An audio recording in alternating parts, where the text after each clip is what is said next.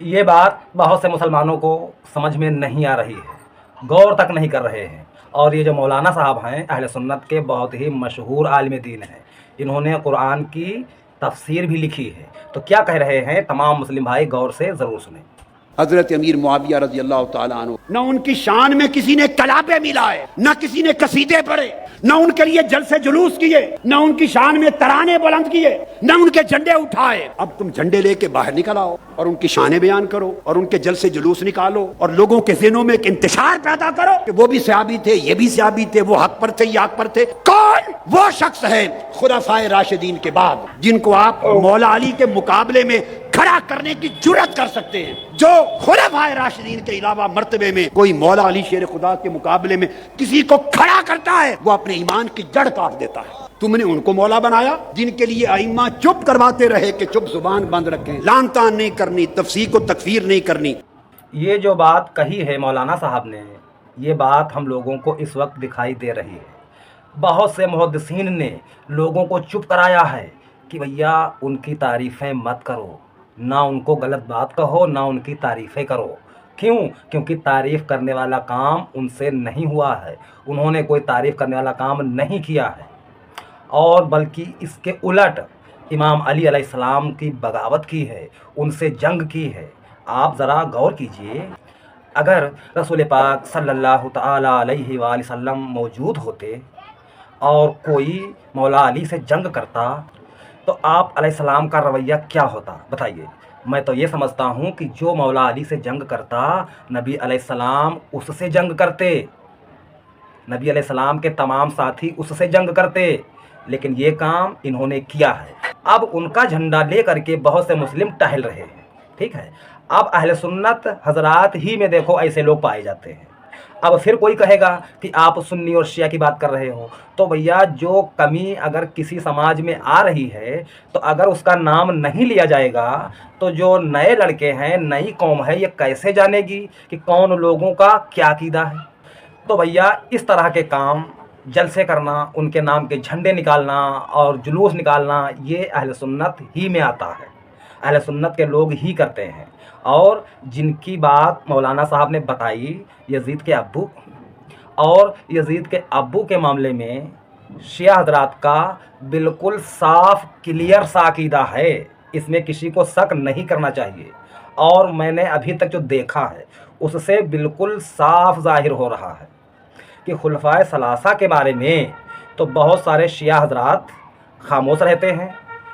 کہیں پر ان کی تعریف بھی کر دیتے ہیں، کہیں پر ان کی تعریف نہیں کرتے ہیں، کہیں پر خلفائے ثلاثہ نام کہہ کر کے بات روک دیتے ہیں۔ زیادہ تر شیعہ حضرات خلفائے ثلاثہ کو برا نہیں کہتے ہیں سوائے چند لوگوں کے، لیکن جب بات آتی ہے حاکم شام کی تو بھیا ان کے معاملے میں کوئی کتنا کم پڑھا لکھا شیعہ ہو بالکل صاف بات کرتا ہے کہ میں انہیں کوئی بھی ویلیو نہیں دیتا۔ اب گالی دینا،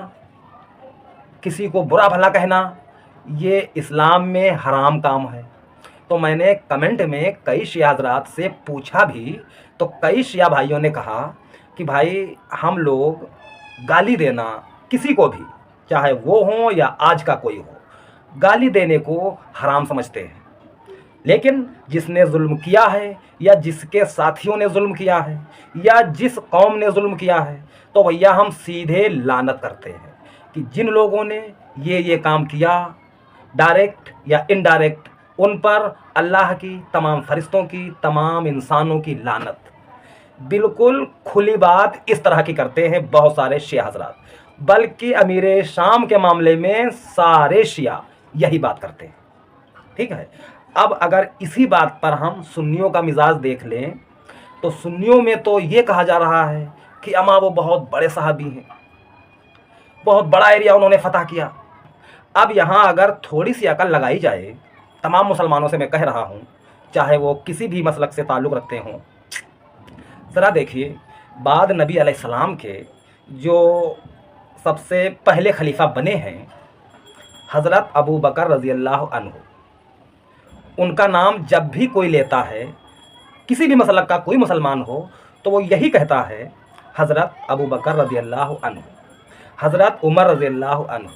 حضرت عثمان رضی اللہ عنہ، حضرت علی رضی اللہ عنہ، دنیا کے زیادہ تر مسلمان یہ نام اسی طرح لیتے ہیں، ٹھیک ہے۔ اب اگر کسی موقع پر کسی صحابی کا کوئی اسپیشل ذکر ہو رہا ہے ان 4 لوگوں میں سے، تو ان کے نام میں کچھ تعریفی کلمات بڑھا دیے جاتے ہیں، اس میں کوئی برائی نہیں ہے، لیکن عام طور پر ان 4 لوگوں کا جب بھی نام لیا جاتا ہے تو ہر کوئی بس اتنا ہی کہتا ہے، حضرت عمر رضی اللہ عنہ۔ اب جب ان کی باری آتی ہے، یزید کے ابو جی کی، تو بہت سارے سنی مسلمان کیا کہتے ہیں؟ حضرت امیر معاویہ رضی اللہ عنہ۔ غور کیجئے کہ امیر کسی اور صحابی کے نام کے آگے نہیں لگایا جا رہا ہے۔ اب یہ بات اگر کوئی پوچھ لے کہ کیا اللہ کے نبی علیہ السلام نے امیر لگایا ہے، کوئی مسلمان اس کا جواب نہیں دے سکتا کہ اللہ کے نبی نے ان کے نام کے آگے کبھی امیر لگایا ہو، نہیں لگایا۔ کیا کبھی حضرت ابو بکر، عمر، عثمان اور علی رضی اللہ تعالیٰ عنہما نے ان کے نام کے آگے امیر لگایا؟ نہیں لگایا، بلکہ اس کے الٹ بات ہے کہ ان کے امیر تھے یہ 4 لوگ۔ یہاں تک کہ اگر آپ حدیث کھول کر دیکھیں گے تو اہل سنت کی صحیح حدیثوں میں یہ حدیث آپ کو مل جائے گی کہ اللہ کے نبی صلی اللہ تعالیٰ علیہ وسلم نے فرمایا تمام صحابہ کے بیچ میں کہ جس جس کا مولا میں، اس کے مولا علی بھی ہیں، جس جس کا سردار میں، اس کے سردار علی بھی ہیں، جس جس کا جگری یار میں، اس کے جگری یار علی بھی ہیں، جو جو مجھ سے محبت کرتا ہے وہ علی سے بھی محبت کرے۔ یہ حدیث اہل سنت کی مین کتابوں میں موجود ہے، اللہ کے نبی کا فرمان موجود ہے۔ اب آپ غور کیجئے کہ اللہ کے نبی کا فرمان حدیثوں میں موجود ہے، سارے صحابہ کو معلوم ہے کہ اللہ کے نبی نے امام علی کے بارے میں کیا فرمایا ہے۔ اب اگر کوئی صحابی یا کوئی کم عمر والا صحابی امام علی سے ٹکرا جائے، ان کی بغاوت کر دے، امام علی سے چاہ رہا ہو کہ امام علی ہم کو اپنا امام مانے، ہم کو اپنا سردار مانے،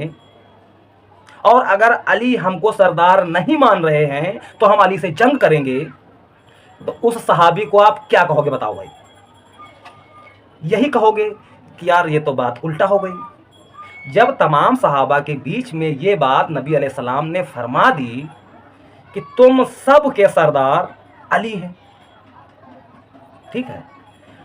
اب بھی اگر کوئی علی سے لڑے، علی کی سرداری توڑنے کی کوشش کرے اور خود علی کا سردار بننا چاہے، تو اس کو کیا کہا جائے گا؟ یہ کہا جائے گا کہ یا تو ان صحابہ کی بھیڑ میں یہ لوگ موجود نہیں تھے جب نبی علیہ السلام نے یہ بات فرمائی تھی۔ پہلی بات یہ بنے گی کہ یہ لوگ موجود نہیں تھے۔ اگر یہ لوگ موجود نہیں تھے تو جو لوگ موجود تھے ان لوگوں سے ان لوگوں نے کچھ پوچھا نہیں، یا موجود والے لوگوں نے ان لوگوں کو بتایا نہیں کہ امام علی کا مقام کیا ہے نا بھیا۔ اگر وہاں موجود والے لوگ اور یہ جنہیں ہم مان لیتے ہیں شاید نہ موجود ہوں، لیکن پورے امکان ہیں کہ موجود یہ سبھی تھے، ٹھیک ہے بھیا، چلو مان لیے کہ یہ لوگ موجود نہیں تھے، تو کیا ان صحابہ کے پاس وہ حدیثیں نہیں پہنچی تھیں؟ اب اگر یہ بات کہیں پر کی جائے ہمارے کچھ مسلمانوں کے بیچ میں کہ بھیا فلاں جو صحابی تھے ان کو یہ حدیثیں معلوم ہی نہیں تھیں، تب بھی بات کھڑا ہو جائے گا۔ آج کے مولانا صاحب کہیں گے اما تم کیسی بات کرتے ہو، کتنے بیوقوف آدمی ہو، کتنے تم کم عقل انسان ہو، بھلا کسی صحابی کو کوئی حدیث معلوم نہیں ہوگی؟ بھیا